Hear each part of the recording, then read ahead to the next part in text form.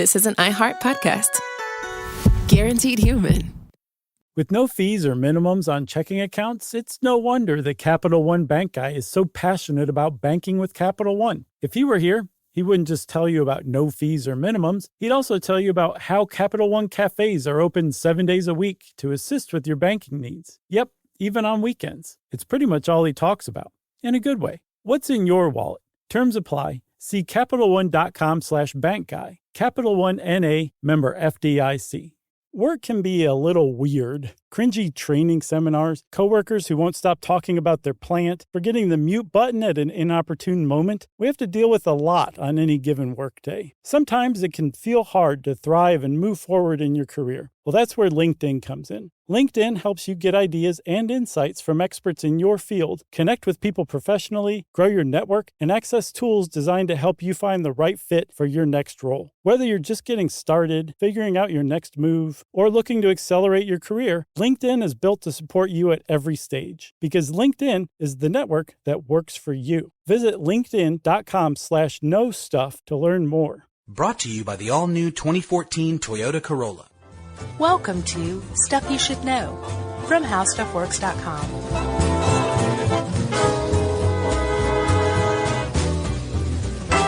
Hey, and welcome to the podcast. I'm Josh Clark, and Charles W. Chuck Bryan is with me, and Jerry's over there. So this is Stuff You Should Know, the legendary podcast. Live version. Yep. Well, it's recorded. Recorded live to tape. Not tape. We've done live computer. versions. Yeah, like with an audience? Yeah, I don't know if you remember that. Sure. We've fun. done it. Yeah. Sure. Should we set up this a little bit? I'd like to. Oh, yes, go ahead. Well, people, when you listen to Stuff You Should Know, a lot of times you're regaled with stories of history or stories of science or cool animals or, you name it. We like to cover lots of stuff. But occasionally, we like to throw out a little advice. Yes, but the fact that we're doling out advice does not mean that we are professional advisors. No. But occasionally we like to talk about things like green living or health and fitness or, in this case, finance. Just because, we know the millennials out there think they're never going to have to worry about anything. But eventually you're going to be off the teat of your parents. And you might have to think about this stuff. Either that or the millennials are already more worried than anybody else right now. Yeah. And not just millennials. I think anybody could use Sure. this advice and put it to pretty good use. Well, yeah, one thing I realized is that you're never too young or you're never too old Right. to start being smart and thinking about, money in your future and stuff like that. Well, I don't know. I mean, if you're in the last weeks of your life, It's too late then. it may be too late. So never say never. That's true. But yes, the younger you are, the better off you are. The later you start, the further you have to catch up. But Yeah. the point is, that's no reason to not try. And what we're talking about is saving money. Yeah. But it's not just saving money. It's part of a saving money is the basis of basically a conscientious lifestyle. Yeah. You don't have to be rich, and you don't have to even want to be rich. Basically, all you have to have is the desire to be financially independent or close to financially independent or financially free. And that doesn't mean you have to have gobs of money or endless amount of cash. Actually, It's pretty easy to sit there and figure out how much money you need and set that as your goal and get to it. And the cool thing is, if you do kind of take this advice, you do kind of start following this path, I guess you could say. Sure. It becomes a bit addictive. And you realize that you've just altered your mindset and you're living basically the antithesis of a wasteful consumer culture life. Yeah. And sticking it to the man. That's right. Yeah. And you don't have to be a freegan to do it, No. There's a middle ground that's just being smart and frugal where you need to be. And it's like I get into it. It's not like I'm loaded or anything, but Right. I don't think about the money so much as I think about efficiency Yes. and waste. Right. That really occupies a lot of my mind. Once you start thinking about everything in those terms, Yeah. all of a sudden it becomes very clear. Yeah. And every little bit counts Sure. because you're take energy, which we'll get into. If you unplug your toaster every day after you use it, I mean, what's that going to add up to? Like virtually nothing. Actually, I have a bit on Vampire Power. We'll talk about it. Good. I'm glad you do. Yeah. And it's not much though, right? Well, we'll talk about it. All right, but let's say a toaster is not much. Just a single toaster? Right. It's not much. Thank you. But if you take that toaster and pile it in with, savings on not buying coffee every day while you're out and, thinking about your auto insurance and just all the stuff that we're going to talk about. Yeah. And think of all of it as what you're throwing into a pot, your savings, then it does count. It does matter. Totes. Yeah. So good intro. Thanks, man. So the recommended amount that I've seen, I don't remember what investment advisor wrote the article or whatever, but I've seen before that you want to save what amounts to about 8 times your ending salary. No matter what your ending salary, that's the salary you're going to have when you retire, that is a mind-bogglingly daunting number if you think about it. To have that much in the bank by the time you retire? Yeah. 8 times? Yeah. Man, I better get busy. Supposedly you're supposed to have like 1 time what you estimate your ending salary would be by the time you're 30. Yeah. 3 times by the time you're 40, and then so on until by about the time you're 65, you should have 8 times your ending salary. That's a lot of money. Yeah, I'm a bit That's behind. a lot of savings. Okay. I think pretty much everybody is a bit behind. Sure. I think that's a very important point, Chuck. Yeah. I don't feel like anybody, especially somebody who feels daunted by that number, should feel like that they're on the outs and that everybody else is doing well. But at the same time, that doesn't mean that just because everybody else isn't saving that you shouldn't start. Yeah, don't compare yourself to others. Just take care of your business. Right. You know? And that's what this whole thing's about. Don't worry about the Joneses. So, one of the first things you want to do is figure out what that 8 time amount is and set that as your goal by the time you're 65. Yeah. And then start looking around and figuring out ways to get there. And one of the best ways is to stop wasting. Yeah. Wasting is the opposite of saving. That's right. So if you save, you're not wasting. And if you waste, you're doing the wrong thing. Exactly. So here's some ways you can save. Yeah. You want to get into this? Let's. Entertainment is a lot of times one of the first things on the list because a lot of things in the entertainment category are luxuries, meaning they make your life better, which is super valid. Yeah. You just can't do it all the time. Unless you're super rich, then go nuts. Good for you. If you're super rich already, then, yeah. For instance, maybe you can get the same content online as you're paying for, either with your cable bill or like a magazine subscription or a newspaper or something. Mm-hmm. You might be able to get all that stuff free online, save yourself some bucks. Sure, that's one way to do it. You make a good point that, entertainment is a luxury, but it's also in a lot of ways a necessity too. You just have to look around and say, where can I trim some fat? Where am I being wasteful? Is there anything that I'm just not really using that I'm paying for in the entertainment category? And if so, then that means I probably don't really need it, and I should stop just paying for it out of habit. Yeah, well, the Netflix is one thing. I dropped finally the DVD delivery in favor of just the online streaming. Mm-hmm. And what did it say, man? I think it's like $8 a month or something. That adds up when you throw it into a pot. It adds up. If like over the course of the year, that's like, that's a nice meal out or money you could invest in something else. Right, yeah. Same like you said with magazine subscriptions. If you're getting the magazine and it's just sitting there and you're not really reading it or getting anything from it, cancel your subscription and say, by the way, I already paid for this, so send me what you owe me still. Yeah. If you love your magazines, then that one wouldn't count. Again, what we're talking about here is trimming the fat, not living this horribly miserly lifestyle. Yeah, that is no fun whatsoever. No. But like we said, once you start getting into this, you're probably going to find that it's actually fun to look for ways to trim the fat. Yeah, and speaking of trimming the fat, take a look at your gym membership, people. How often do you go? Mm. And what do you do while you're there? If it's something you get a lot of benefit out of, then by all means keep going because that's your health. But do you know who pays $75 a month to go run on a treadmill? Jerry. A sucker. Oh. Because there's streets, there's sidewalks, there's running trails. Right. If you're not utilizing most of the stuff at the gym or going to classes and things, you might want to think about trimming the fat. Or if you really need that ritual for that treadmill and you don't mind paying that money for the treadmill, right, that's fine too. But just think about it. Yeah. If you are shameless or you have no self-consciousness whatsoever, you can go use the exercise equipment at the park. Yeah. You know those little things they have going on? Yeah. I just couldn't do that. Yeah, I or couldn't, you like could work out at the park, you know? Or you could buy a treadmill and have it tease you and mock you and haunt you for the rest of your life Right. in the spare room. Right. Which is what happens sometimes. I think that's the opposite of good advice as far as this one goes. That's true. What about automotive costs? That's a really satisfying way to save money because nobody likes paying for car up maintenance and gas. Right. Two things people hate spending money on. I got some numbers for you. Okay. Let's say you drive 80,000 miles over 5 years. If you bought a car that gets 25 miles to the gallon compared to one that gets 15 miles to the gallon, you're going to be buying 2,000 fewer gallons of gas over that time.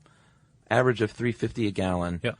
Over 5 years, you've saved $7,000 in gasoline costs. Yeah.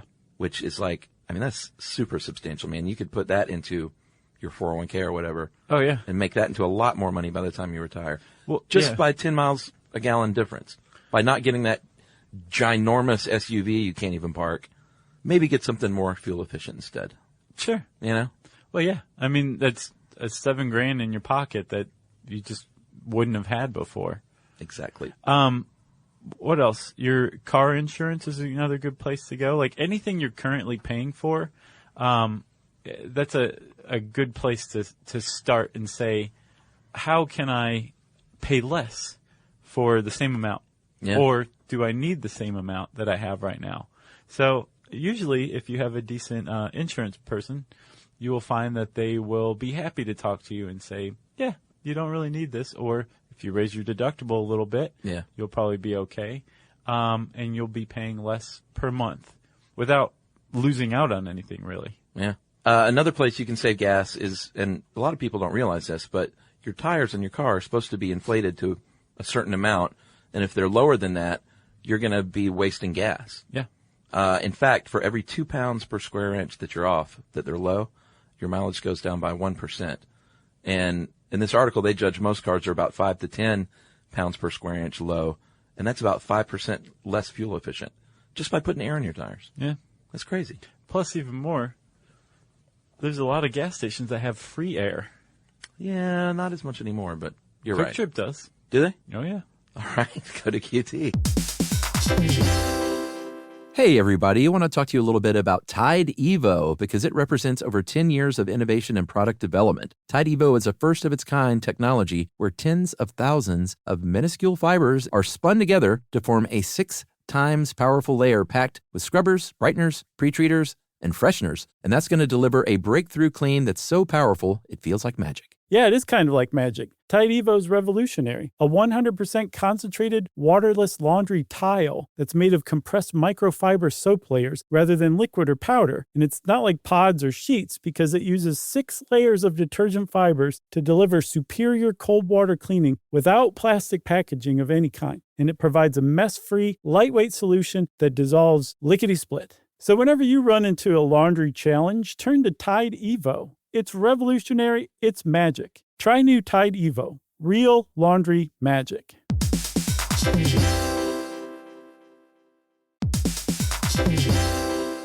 On eBay, every find has a story. Like if you're looking for a vintage band tee, not just a tee, the band tee from the last show your favorite band ever played. You wore it everywhere. Then your girlfriend started wearing it, which was cute, until she dumped you and took it with her, which was not so cute. Yeah, well, anyway, now you're on eBay. And there it is. Same tee from the same tour. Still living in your memory, rent-free forever. See, the things you love have a way of finding their way back to you. But eBay isn't just for getting whatever your ex-boyfriend or girlfriend stole back, right? No, it's also for that rare championship foul ball you caught, then heroically gave to the kid next to you. And where else are you going to find your first car? The one you wish you'd never sold. But now, finally get the chance to take it back home. For good this time. So shop eBay for millions of finds, each with a story. eBay. Things people love.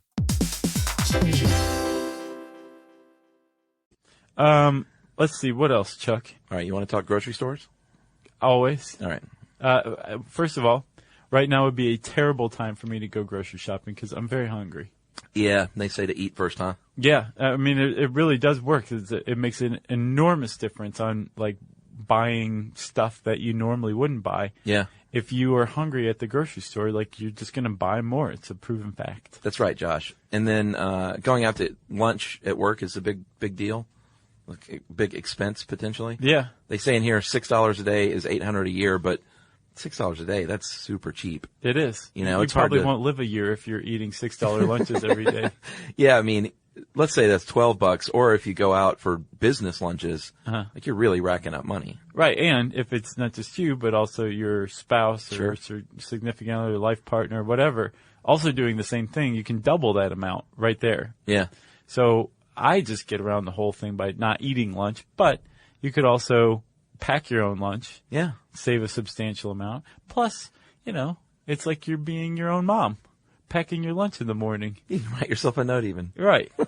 And then Chuck, at the grocery store too, if you take a little time and go online or get your favorite grocery store's app, they have those these days. Yeah. You can find all sorts of specials, coupons, that kind of thing, and say, what can I do with celery and chickpeas? Right. And then you put them together and base your weekly plan on that. You could make hummus and dip the celery in it. Exactly. And you take that list that features chickpea and celeries and whatever else it takes to make hummus. Yeah. And Little you tahini. take it to the store. Yeah. And you stick to that list. Maybe some garlic, Exactly. paprika. But the point is you've thought about all this before you went to the store, wrote it down on a list, and then stuck to the list. And then used the coupons that originally got you to think of hummus in the first place. Yeah. You just saved yourself some money. An incalculable amount, mainly because I don't want to calculate it right now. That's right. Yeah, keep your eyes peeled at the store for specials. I know you don't want to grab the little flyer when you walk in because it makes you look like you're, 80 years old. But that's where you find out the deals, They're buy one, get one free on a tub of butter. Go get the tub of butter and get your second one for free.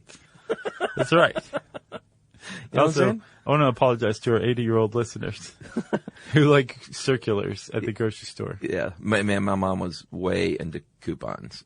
Yeah, well, a lot of people are. Yeah. I read that apparently coupons have gone down in quality because of this coupon craze that's going on right now. So many people are using it that companies are like, we can't afford to put out decent coupons. Did you just say there's a coupon craze going on? Yeah. Really? Did you not know? No, I didn't. Oh, man. There's whole TV shows dedicated to it. Coupon craze? Yes. Really? Is the name of the show Coupon Craze? No, there's like extreme couponing on, Really? I think on TLC. I've never heard of that. What?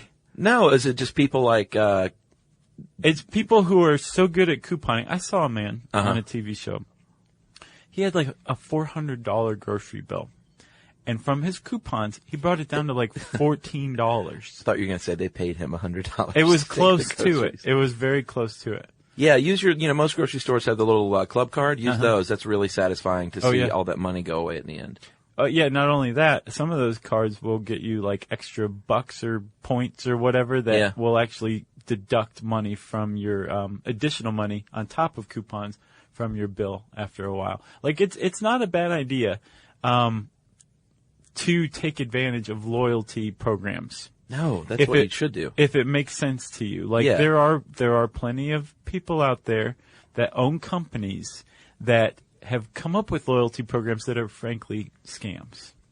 And you have to be wary of those Yeah. because you don't want to buy stuff you wouldn't normally buy just because you're going to save 50 cents on it because it cost you $3.50 that you weren't going to spend anyway. Yeah. You know? But if you're going to the same store again and again and again, it's just down the street, they have pretty good prices, you like their coupons, sign up for their loyalty program, and it will pay off in the end. Yeah, I go to a Buzz Market here. I go to Kroger Yeah. when I can. And they keep track of your thing through your little card. Yeah. And then I get gas there too because A, it's cheaper already, but every like 4 or 5 fill-ups, they'll give you credit from your grocery buys on your gas. Right. They'll say like, would you like to save 10 cents a gallon because you bought groceries? Is there like an actual no button? There's Yes a no. and no? No, because you can save it like give it Oh, to your gotcha. wife or whatever, I gotcha. or I'm flush this week if that's how you live.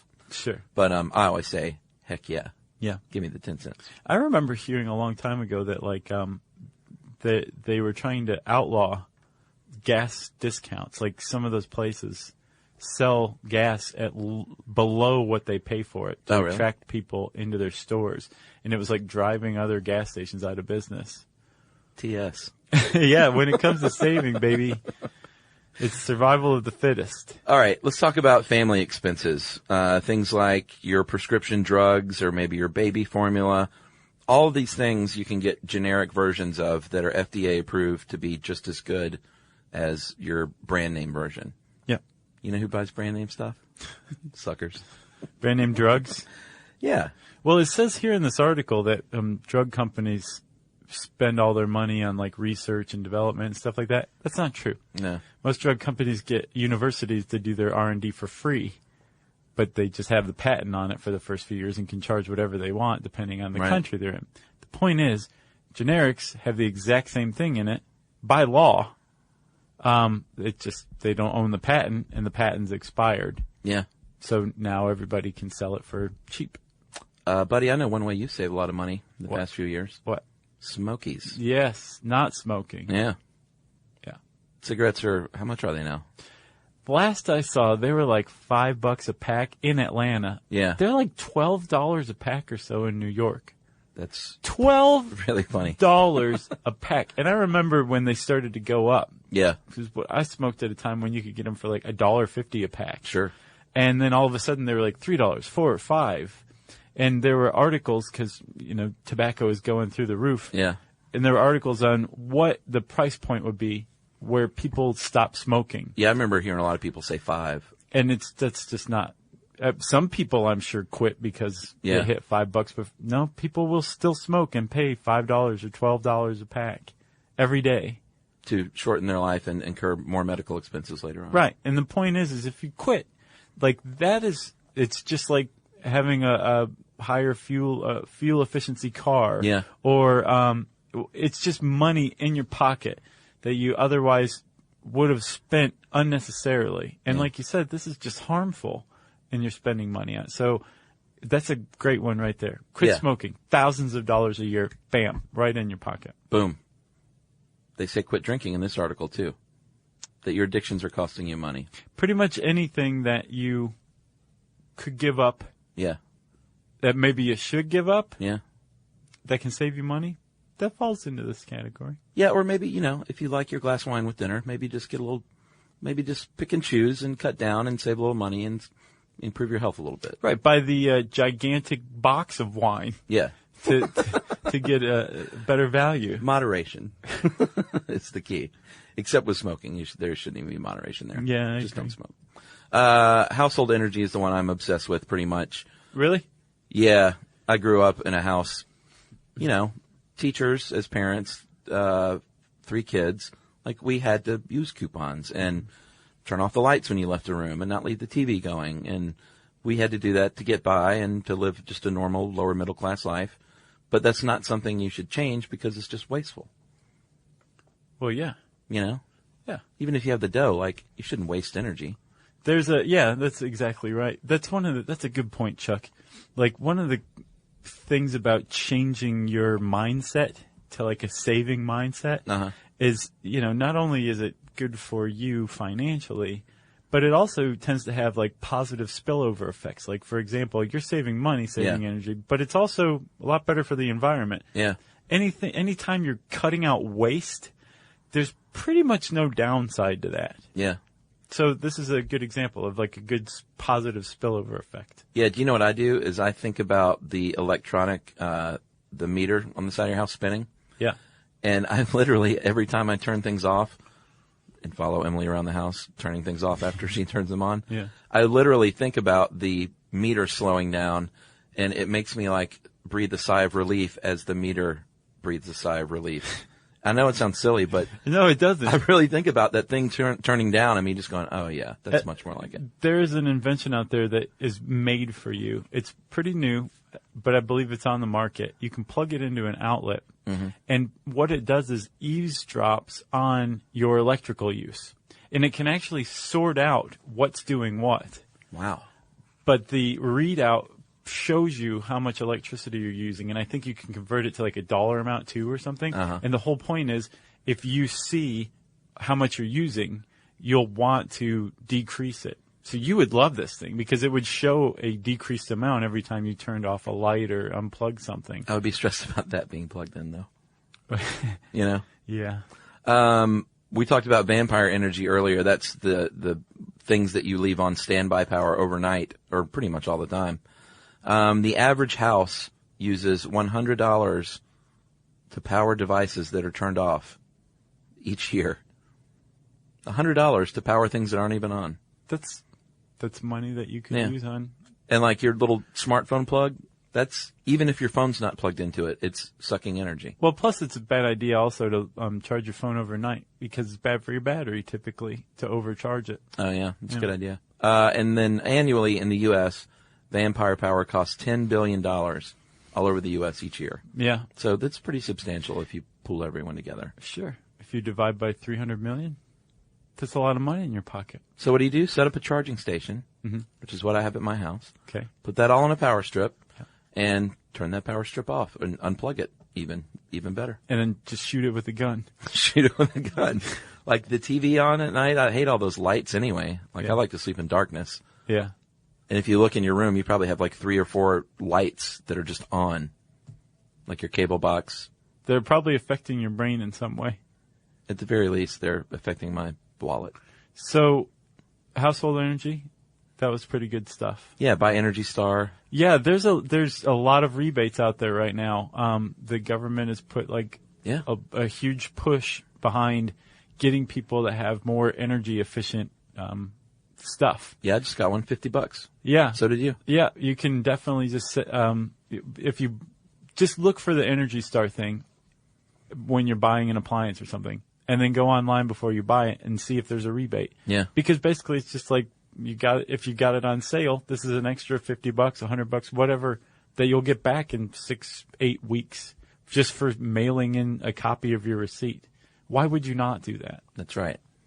Now I think it's a good time for a break. Oh, yeah? Because after this, it's the home stretch, which includes health insurance, money-saving tips, and then a few tips from your older buddies here about what you can do with that money you're saving for your future. Yeah.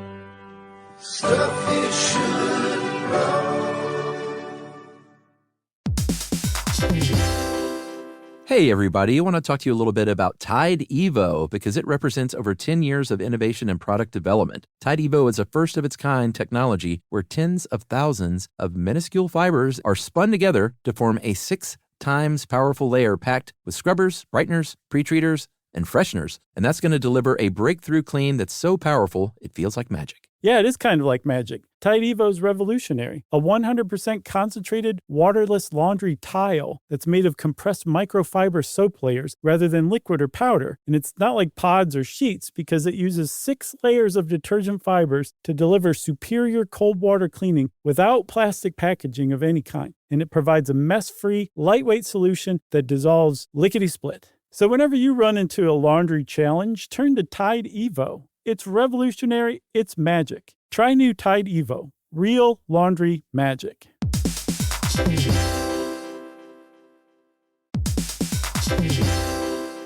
On eBay, every find has a story. Like if you're looking for a vintage band tee, not just a tee, the band tee from the last show your favorite band ever played. You wore it everywhere. Then your girlfriend started wearing it, which was cute until she dumped you and took it with her, which was not so cute. Yeah, well, anyway, now you're on eBay. And there it is. Same tee from the same tour. Still living in your memory, rent-free forever. See, the things you love have a way of finding their way back to you. But eBay isn't just for getting whatever your ex-boyfriend or girlfriend stole back, right? No, it's also for that rare championship foul ball you caught, then heroically gave to the kid next to you. And where else are you going to find your first car? The one you wish you'd never sold. But now, finally get the chance to take it back home. For good this time. So shop eBay for millions of finds, each with a story. eBay.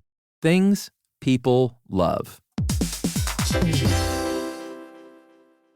All right, really quickly before we get into tips, I looked up insurance a little bit because like a dummy in my mid-20s, when I didn't have like anything other than waiting tables jobs, I skipped on insurance because I didn't want to pay a couple $100s a month. Sure. So I got to thinking today, here's an older dude, how much it costs to stay in a hospital. The average cost of a hospital stay in the U.S. is about $1,600. The average hospital, the median hospital stay in the U.S. It's 3 times more than other industrialized countries, which is a whole different thing. But $18,000 is the average median stay in a hospital. The Obamacare is coming out next month, and I think the average mid-tier insurance policy will be about $325. So you would have to pay on that insurance policy 55 months, 4.5 years, to equal out one hospital stay. Wow. One bout of something, one bad car wreck.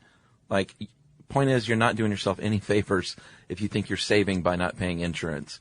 And I know when you're 23 and 25, you don't think anything's going to happen to you, but you are screwed if it does. Sure. So just be smart, get insurance, and you're covered. Yeah. Unless you're Ned Flanders, and then you consider it a form of gambling. Oh, yeah. So insurance, that's a good one. Yeah. And like I said, if you don't have insurance, I agree with you, Chuck. Health insurance is a good way to go. If you already have insurance, car insurance, any kind of insurance, check out if you have a svelte coverage. Right. And then, try to save some money without shooting yourself in the foot over time. But yes, going without insurance is not a good way to save money. A good way to save money is to possibly look at your cell phone bill. Yeah. And say, do I need the plan that I have? Yeah. Do I need all those unlimited texts, or see how many texts you send a month on average? Right. You might be able to cut it back a little bit. Yeah, that's another good point. You keep raising like all these awesome points that deserve elaborating. But the first step to all of this is to write down your monthly expenses. Yeah. Track them for a little while, and you'll see where your money's going. Just right out of the gate, a lot of stuff will become obvious that you can trim the fat. They totally will. Right. But the second step to that is to look at all of the things you're currently paying for that you're like, okay, I need all this, and figure out ways to trim them individually. Yeah. So whether it's car insurance, whether it's your cell phone bill, there's always a way to cut it down a little bit. That's right. Living debt-free is something we believe in now. After incurring credit card debt for a number of years, we got rid of it all and haven't used credit cards in like 8 years. Oh, yeah? Yep. If we can't afford it that month, we don't get it. And do you use the credit card to get it and then pay it off, though, just to keep your credit score up? We run everything through our American Express. Okay. Which we pay off each month. Right. And well, this article makes a really good point. Like, if you are having to pay interest on your credit card, that means you're buying things that you can't afford. Yeah. And you pay interest on your credit card when you buy something and you can't pay it off at the end of the month. Yeah. Then it sounds like you have a very good policy going there. It's a good policy because when we looked at what we were spending on finance charges, it was ridiculously wasteful. Yeah. And it makes you angry when you really stop and look at it. Right. And because, you work hard for your money, you get taxed a lot anyway. The last thing you want to do is start throwing the man more money just because he said, I got a little piece of plastic. You can go hog wild for a little while. Right. You don't have to wait for this. Yeah. Just get it now. And that's another good point that this article made. One of the things you can institute is a 1 month waiting period for all purchases, all major purchases, any purchase you're excited about. You write it down. Mm-hmm. Instead of buying it, you just write down what you want, and then after a month, you go back to it and say, do I still want this? Probably more often than not, you're going to be like, I don't even remember why I wanted that. Yeah, or wait for a good, we do a lot of the financing deals. Like I wanted a sound bar for the TV, and I waited like a year to get it. Right. I waited till the right deal came along, and a certain store had a 24-month no-interest deal. Yeah. And now I'm paying like, $20 a month for it or something. Right. And, but you got to be really careful. If you're bad about paying your bills, you can get jacked around on the finance charges. Because at the end of 24 months, it's 500% interest. Yeah, or day. if you miss a month or something, it's pretty ridiculous. So right. I recommend financing deals, but you just have to be really vigilant with your bills on time. Right. Another good reason to stop and wait a month, a week, whatever, if you just basically put a moratorium on any immediate spending, it'll cause you to go poke around the internet and, like you said, see if you can find like a better financing deal. Yeah. Maybe somebody else has it for less. If you do use your credit cards, some credit cards have deals with certain merchants. Yeah. To where you'll actually get some cash back. Yeah. Which is basically just like money off, additional money off. Yeah. There's a lot of reasons to stop and then figure out how you can get that thing you want for the least amount of money, which makes it even sweeter when you do get it. All right, dude. So we've given a lot of good little tips on how to save money. Yeah. You're saving some dough. Even if you're a millennial, pride yourself on saving a little money and not being wasteful. Yeah. I mean, like you save what you can. Yeah. So what you want to think about next is, all right, I have a little extra change here. Now what do I do? Do I want to put it in a piggy bank or under the mattress or start investing in stocks or gambling on football? What should I do? Well, the first thing you want to do is to create a fund, basically an emergency fund. The rule of thumb is you have 3 to 6 months worth of expenses tucked away in a savings account that you can get to, but you don't touch. Yeah. Just in case if you're laid off, something terrible happens, you have a significant amount of money that you can live on no matter what. You're not going to get kicked out of your home. You're not going to go hungry. That's right. Right? That's pretty much the first thing you want to do when you're saving money. Like as you're saving all this money and you're putting it away, that's the pot that you want it to go into. After that, you have a little more leeway to do things with. Like you want to maybe pay off debt is a good second step. Yeah, because if you're in debt, then you're wasting money. Big time. And it's no fun to pay debt down, but it's super satisfying once you have. It is. And it can be fun to pay debt down, especially if you're watching it climb down and get closer and closer to zero. Yeah. And when you write that last check, you're just like, I'll see you in hell. Yeah. You know? You're done. And from that point on, you've got an emergency fund. Mm-hmm. You're debt free. Yeah. And then now you can do some fun stuff with your money. Yeah, you're on the right track at this point. Right. Hopefully by now you've got a budget that'll work for you. The key with your budget is to do something that's reasonable for you that you can stick to. It's sort of like when I was reading about this, it's sort of like dieting. Mm-hmm. Like, you know, if you set yourself up for some stupid diet that you're not going to follow. I'm only going to have an apple and a can of tuna like Christian Bale in The Machinist. Yeah, chances are you're not going to be successful. So it's really like dieting. It's more like a lifestyle change. And finding whatever financial lifestyle works for you, where you're able to save some and still give yourself some things and have a little fun. Right, but the key here is to pay yourself first. Like you cannot, if you're saving, the first thing you do is save. Yeah. When you get paid, the first thing, the first check you write, the first transfer you make, the first payment you make is to yourself. And you take whatever you budgeted for savings and take it from your checking account and put it in your savings account. Yeah, and act like it doesn't exist. Exactly. Yeah. That's the other aspect to it. Once you do that, that money does not exist. It's in your savings. Yeah. It's not for you to play around with. It's not for you to be like, well, I went a little over on my credit card, so I'm going to use my savings. You went a little over on your credit card, that means you're going to have to pay interest on it that month because that money in savings does not exist. Yeah, and Josh will wrap your knuckles. He will come around I your will. home. I'm getting very excited right now that the idea of going into your savings to pay off a credit card, you screwed up. That is true. So if you do have your budget working, you've got your emergency fund going, you're paying yourself every month, you're saving money, then you can start thinking about investments, things like maybe a CD, a certificate of deposit. It's a nice low risk way to start if you're young. It is. It's such a paltry amount right now, but it's still, I mean, you do get money back. Dip your toe in the water if you're reticent, and a CD is a good way to do it. So a CD is basically like you loan money to a bank, and it's for a set amount of time, 3 months, a year, 10 years, whatever. And basically the bank says, thanks for the money.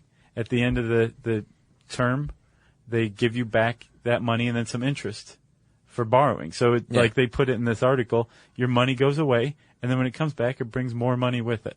It's pretty simple. Yeah. What if you're out there? All right, Josh, I'm a millennial. I just got through watching Girls. I'm drinking a Pim's Cup on my sofa. Okay. And I say, Josh and Chuck, this is great, but I've done these things. I don't make much money. I'm an artisan crafter of fine goods. I've only got $20 a week extra. There's actually a lot you can do with $20 a week. No, there's not. There is, especially if you look at that $20 as part of a stream of $20 that you'll eventually have. that you say want to invest. All right. What can you do with $20? Well, there's this cool thing called a DRIP. It's a dividend reinvestment plan. You can also look into direct stock purchase plans, but basically you are going to a company that you believe in. You say, I have $20 and I want one share of your $20 stock. Right. And they say, okay, here you go. It's basically like a counter where you go and buy a stock from the company directly, which saves you on brokerage fees. So what you're saying is you can just invest a little bit at a time and directly into these companies, which all adds up, and before you know it, you've got like a couple of grand invested in this company. Right. Or, you know, there's supposedly about 1,000 companies in the United States that sell stock directly. You don't have to go to an online brokerage. You don't have to go to like your brick and mortar brokerage. Like the company's like, we're not going to charge any fees because you're giving us money for our stock. We're happy to sell it to you. And you are just kind of building up a portfolio on your own. It's a good investment if you're just going to sit on something. If you're day trading, that's the worst idea ever. I don't think you could do it like that. But if you just wanted to build up stock, if you say, I really believe in this company's future and I want to have this stock 50 years from now, why just say it's only $20? Instead, take that $20 and buy one share of stock. Yeah. That's one thing you could do. If you've got a few $100 maybe, you could consider something called an index fund. Yes. Traditionally, an index that tracks the S&P 500 is going to return about 10% a year. That's pretty good. Not bad money. No. And you don't have to invest like, 10 grand to do so. The other thing about an index fund is if you are buying, compared to a mutual fund, it's an unmanaged fund. There are 500 stocks that you own a percentage of in shares. Yeah. And that's the S&P 500 companies. And basically what you're doing is investing in the market itself, right? So it's unmanaged, which means that the fees associated with it are next to nothing. Right. If you have like a mutual fund, that's managed. They don't typically pay off as well, and you're paying a lot more in management fees. There's a really good, I think, Frontline episode on index funds that came out this year. Yeah. That's definitely worth watching. And I'll bet you can get it for free online. If you have a little bit more, let's say you got $500, what that's going to do is just open up your options a little bit. You're going to have a pick from different companies, some of which might require a minimum of, let's say, $500. Yeah. So it just opens your investment options a little bit. You can shop around some. You might want to open what's called a discount brokerage account. Yeah, it's just basically like an online stock trading platform. Yeah. And they're very cheap because they don't trade in microseconds or anything like that. It's just like this is where you buy stock for as cheap as it comes. Pretty easy. Yeah. If you've got a grand laying around, then, buddy, you are in the catbird seat. If you start with $1,000 and invest an additional $1,000 each year, you earn about 10% annually. And when you retire, that money's going to turn into over $500,000. Yeah. And that's just a pretty standard like IRA. Right. You know? Yes. Speaking of IRAs, if you work for a company and they match, if they do 401k matching, you want to do that. Yeah. Because what that is your company giving you free money. Yeah. There's no other way to put it. It's free money. Like whatever you contribute, they'll match like say 100% up to a certain amount that you contribute. That is literally your company saying, here's some extra money for your retirement. It's what companies came up with to replace the old retirement plans that they used to have in the heydays of the unions. This is what we have today. Yeah. So if you're not taking advantage of that, you should. And there's another reason to take advantage of a 401k and to max it out, frankly, because it's deducted pre-tax. Yeah. It actually lowers your adjusted gross income, which means you'll pay less taxes the more you contribute to your 401k over the year. Boom. Yeah. You should be a financial planner I am. for yourself. No, I've been doing it on the side. Oh, really? Yeah. There's this alley that I set up on a couple of garbage cans. And people drop 10 cents in the can. I am fascinated by this stuff. Like, it's very It once you start to really like get into it and think about it and look around at ways to like save, it's addictive. Well, I can say this. Warren Buffett didn't become Warren Buffett by being disinterested in finance. Right. You know? Yeah. He probably thought it was pretty neat early on. Sure. And look at him now. Maybe that's where you're headed. I don't know about that. That's not like my primary interest, you know? I just find it fascinating. Sure. What else, Chuck? You got anything else? I have something else, actually. This is just a total overview, just some starter ideas. Like, that was definitely not like a full rundown of 401ks and tax savings and that kind of stuff. Yeah. Like, whatever perked your ears up, go look into it. Go do a little research. There's so much information online about this stuff that it's just basically a never-ending supply. This, like, free financial information probably rivals cute kitten videos and just the sheer volume of stuff on the internet. Yeah. Yeah. It sounds good to me. Yeah. Get into it, people. You'll thank us later. So, okay, that's it for this one? Yeah. All right, if you want to learn more ways to save money, you can type in 10 easy ways to save money in the search bar at howstuffworks.com. And we wish you the best of luck in becoming financially free and sticking it to the man. Yeah. And since I said search bar, it's time for listener mail. That's right. I'm going to call this one of our better emails about our death podcast, dying podcast. We heard from a lot of people that really got a lot out of this one, and it was very rewarding for us. So this is from one of them. Okay. Hey, guys. My mom passed away 2 years ago and was moved to hospice for the last 2 weeks. It was a very painful time for me, and I was nervous about listening to this podcast. In fact, I was in two minds about skipping it. However, I'm glad I did not skip it. My mom went through each stage as you described. This was the first time I had experienced anything like this, and it was horrible to watch. I thought she had died in a lot of pain, struggling to breathe, and having to fight every step of the way. I now realize she was going through the normal steps, and I really wish I would have known this at the time. I can confirm that sound is the last thing that goes. About half an hour before she died, me and my sisters asked the nurse if there was anything we could do to help her, as she looked like she was struggling to breathe. The nurse suggested putting on some of her favorite music. Not only did this seem to calm her down, but after a while we noticed that her breathing noises started to match the rhythm of the music. Was she trying to sing along? We think so. This is one of the good memories I have of her last week, so I'm glad we did it. Just thought I would email to say thank you for doing the show. Even after 2 years, it still distressed me how my mom died, and now I feel like I finally understand it. And it's a big weight off my mind that she didn't feel as much pain as she looked like she was in. Wow. So that is from Philippa Griggs in Norwich, England. Thank you very much for sending that in. That's something else. Yeah, or maybe it's pronounced Norch. Norwick. Sometimes CH is a K sound. I think it's Norwich. Norwich, England. Thanks, Philippa. That's a cool name, too. Yeah. Thank nice. you very much for sending that in. Thanks to all of you who wrote in about our dying podcast. We really appreciate it. If you want to let us know something we taught you that meant a lot to you, we always like to hear that. You can tweet to us at SYSK Podcast. You can join us on Facebook.com/StuffYouShouldKnow. You can send us an email to StuffPodcast@Discovery.com. You can come hang out with us at our home on the web, StuffYouShouldKnow.com.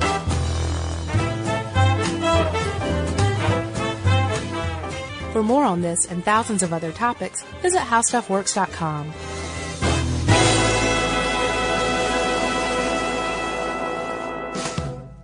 Brought to you by Toyota. Let's go places. Stuff at Sea is a 5-night, adults-only sailing trip that brings the Stuff Podcast universe to life on board. This voyage is a culture-soaked escape where pink sand paradise meets curious minds. Sailing round trip from New York City to Bermuda on October 2nd to 7th, 2026, this voyage drops you straight into the iHeart Podcast Stuff universe. On top of the adults-only experience you already love, you'll get live podcast episode recordings, behind-the-scenes sessions, themed activations, and more unmissable onboard moments. Learn more at virginvoyages.com/stuff. Everyone knows winter is the real mess maker. You don't need WeatherTech floor liners for summer unless you hit the beach and half the beach ends up back in your car, or the campsite dirt ends up in your trunk. Then you'd want a cargo liner or a road trip go sideways. Lemonade spills, ketchup goes rogue, ice cream drips. Yeah, you'd be pretty happy about those WeatherTech seat protectors. So just to be clear, as the mud you're inevitably going to step in this summer, you don't need WeatherTech unless you plan on doing summer. Visit WeatherTech.com today. This is an iHeart podcast. Guaranteed Human.